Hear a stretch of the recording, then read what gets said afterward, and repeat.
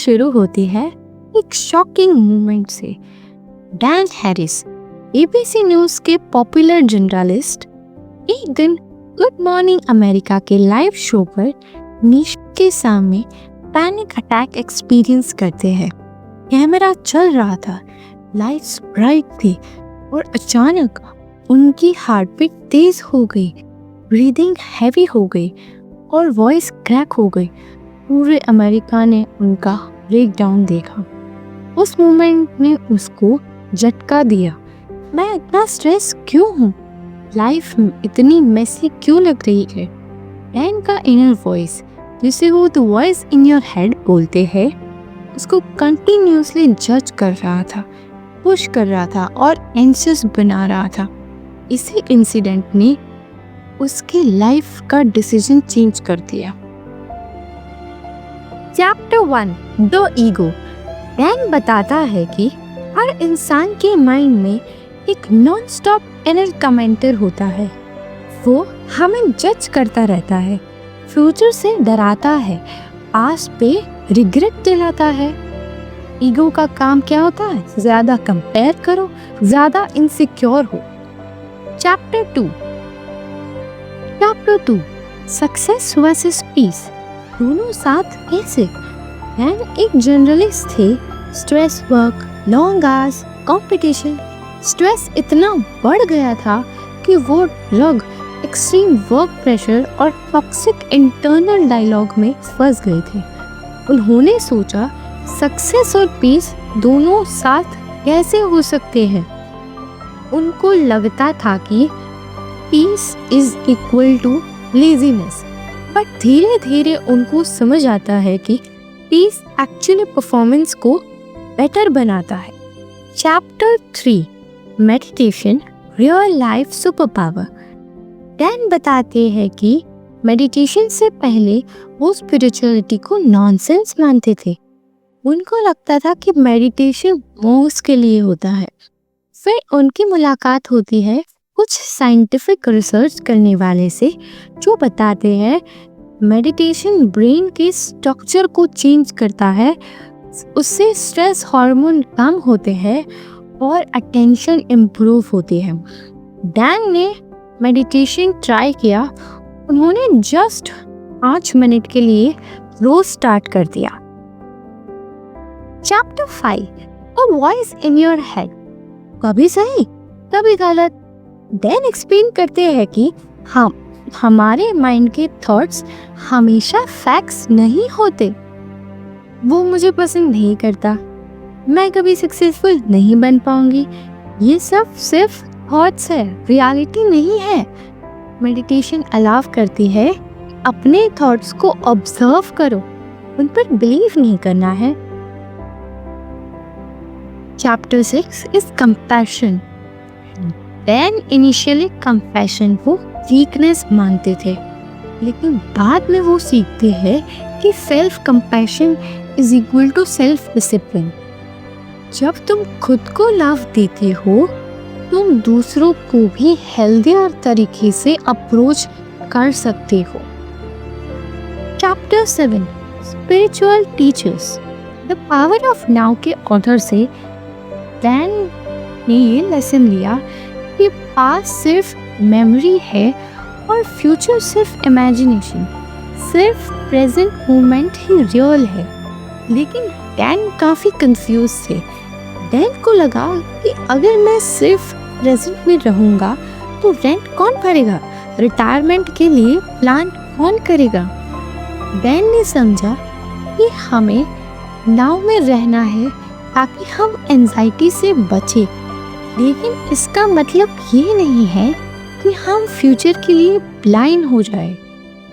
Right way ये है, future की प्लानिंग करो लेकिन फ्यूचर की चिंता मत करो। Plan in the present and come back to present.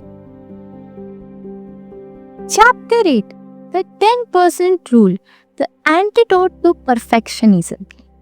ये बुक का सबसे फेमस कॉन्सेप्ट है।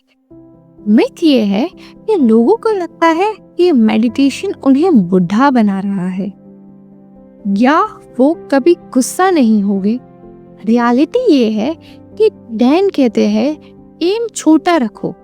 अगर आप गुस्सा होने से पहले 1 सेकंड रुक गए, आपके 10% विन हो गए। कंपाउंड इफेक्ट क्या होगा कि जैसे पैसे पर कंपाउंड इंटरेस्ट लगता है, वैसे ही आपके बिहेवियर पर लग रहा है। आज का 10% इम्प्रूवमेंट साल भर में आपको एक टोटली डिफरेंट और सॉर्टेड इंसान बना देता है। Chapter 9 stress good versus bad. Then ये रियलाइज करते हैं कि स्ट्रेस एनिमी नहीं है, लेकिन यूजलेस स्ट्रेस एनिमी जरूर है। देन इस चैप्टर में बताते हैं bad stress versus good stress. जैसे अगर आपका सोर्स ईगो जेलसी है तो वो बैड स्ट्रेस है। अगर गोल अचीव करने का पैशन डेडलाइन ग्रोथ है तो वो गुड स्ट्रेस है। अगर आपकी feeling fog in the brain, panic हो रहा है आपको, हैवी चेस्ट है, फिर वो बैड स्ट्रेस है। अगर आपका एक्साइटमेंट है, लेजर फोकस है, एनर्जी है, फिर आपका वो गुड स्ट्रेस है। अगर आपका आउटकम, आपकी हेल्थ खराब हो रही है, आपको बर्नआउट हो रहा है, फिर वो बैड स्ट्रेस है। अगर आपकी परफॉर्मेंस बढ़ रही है, आप सक्सेस हो रहे हो, तो गुड स्ट्रेस है। यहाँ पे डेल मेडिटेशन का रोल बताते हैं। मेडिटेशन आपको एक फिल्टर देता है। आप पहचान पाते हो, अरे ये स्ट्रेस तो बेकार है, अरे ये स्ट्रेस काम का है। Chapter 10 respond don't react. एक सिनेरियो इमेजिन करते हैं।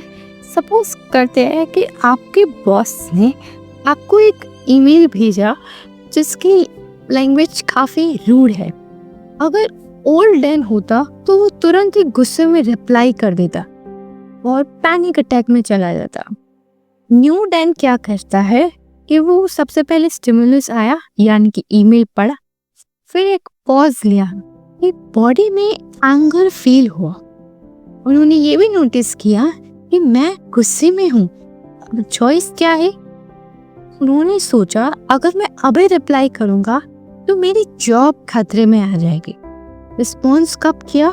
उन्होंने रिप्लाई बाद में भेजा जब दिमाग शांत था।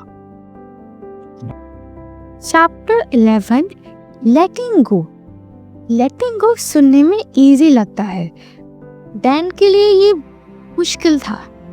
लोगों की मिसकंसेप्शन ये होती है कि लोगों को लगता है लेटिंग गो का मतलब है सॉफ्ट बन जाना या हार मान लेना, लेकिन इसका असली मतलब है कि आप रिजल्ट से नॉन अटैच हो जाओ।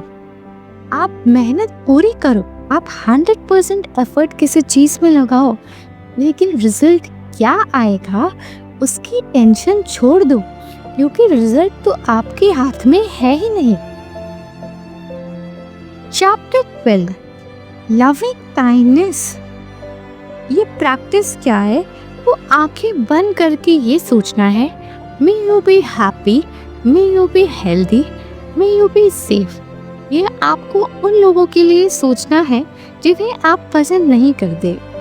अब आप ये क्यों करेंगे? तो ये दूसरों के लिए तो बिल्कुल नहीं है, ये आपके लिए है।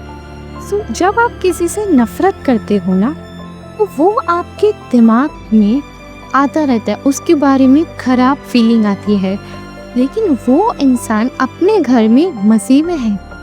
जब आप बेटा प्रैक्टिस करते हैं, आप अपने दिमाग से जो नफरत है, जो दूसरों के बारे में आप खराब सोच रहे हो, उन्हें आप निकाल देते हो। इसका रिजल्ट क्या आता है? डैन ने देखा कि वो अपने एनिमीज और कॉम्पिटिटर्स के साथ भी कंफर्टेबल होने लगे, जिससे उसका वर्क एनवायरनमेंट बेटर हो गया। Chapter 13 ambition with balance. Dan का सबसे बड़ा डर ये था कि अगर मैं शांत हो गया तो मैं कॉम्पिटिटिव नहीं रहूँगा। उन्होंने ये डिस्कवर किया कि एंजाइटी एनर्जी वेस्ट करती है, कामनेस एनर्जी सेव करती है। अगर आप एक बॉक्सर को देखो, अगर बॉक्सर गुस्से में पागल होकर लड़ेगा तो वो गलती करेगा और थक जाएगा। अगर बॉक्सर काम और फोकस है तो वो सही टाइम पे सही पंच मार पाएगा। कंक्लूजन में वो बताते हैं इस चैप्टर के कि मेडिटेशन जो है वो आपके दिमाग की जो भी यूजलेस नॉइज है, नॉट द एम्बिशन, उसको किल कर देती है। मीन्स वो यूजलेस नॉइज को किल कर देगी और आप एक हैप्पियर वॉरियर बन जाओगे। Chapter 14, your mind is a muscle. Meditation कोई थॉट नहीं है, ये एक एक्सरसाइज है। आपको क्या रिपीट करना है? आपके ब्रेथ पे फोकस करना है। आपका दिमाग जो है वो भटकेगा, आपने नोटिस किया, आप फिर से उसको आपकी ब्रेथ पे लाओ। ये जो स्टेप्स है ये दिमाग का बाइसेप कर्ल है।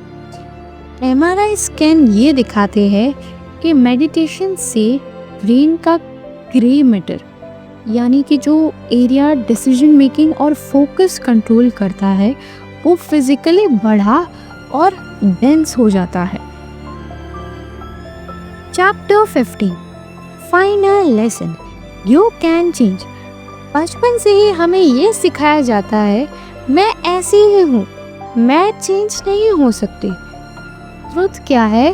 साइंस ने प्रूव किया है, न्यूरोप्लास्टिसिटी। हमारा ब्रेन प्लास्टिक की तरह होता है। प्लास्टिक को आप जैसे भी मोल्ड करो वो वैसा बन जाता है। हम किसी भी उम्र में गुस्सा कम कर सकते हैं, फोकस को बढ़ा सकते हैं, हैप्पीनेस लेवल भी बढ़ा सकते हैं। डैन ने ड्रग एडिक्शन और पैनिक अटैक को हराया। ये प्रूफ है कि कोई भी चेंज हो सकता है।